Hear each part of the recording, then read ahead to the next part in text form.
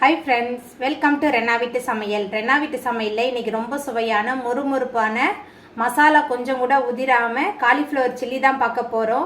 ரொம்ப சுவையா இருக்கும். வெரைட்டி ரைஸ்க்கு தொட்டு சாப்பிட்றதுக்கு அட்டகாசமா இருக்கும். ஸ்கூல்ல இருந்து குழந்தைங்க வரும்போது ஸ்நாக்ஸா கொடுத்து விட்டாலும் குழந்தைங்களும் ரொம்ப விரும்பி சாப்பிடுவாங்க. அந்த சுவையான மொறுமொறுப்பான காலிஃப்ளவர் சில்லி எப்படி செய்யறதுன்னு வாங்க பார்த்தறலாம். காலிஃப்ளவர் சில்லி பண்றதுக்கு காரமான தனி மிளகாய் தூள் 2 டேபிள் ஸ்பூன் அளவுக்கு சேர்த்துக்கலாம். சிக்கன் மசாலா 2 டேபிள் ஸ்பூன், குழம்பு மிளகாய் தூள் 5 டேபிள் ஸ்பூன் அளவுக்கு சேர்த்துருக்கேன்.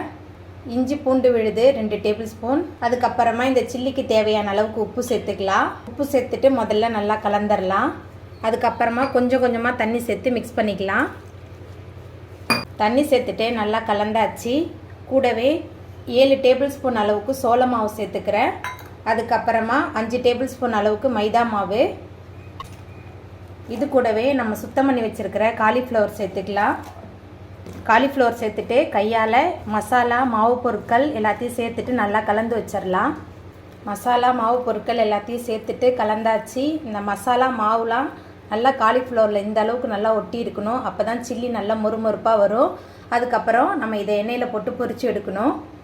காலிஃப்ளவர் சில்லி பொரிக்கிறதுக்கு அடுப்பில் கடாய் வச்சுருக்கேன். இப்போ பொரிக்க தேவையான அளவுக்கு எண்ணெய் சேர்த்துக்கலாம்.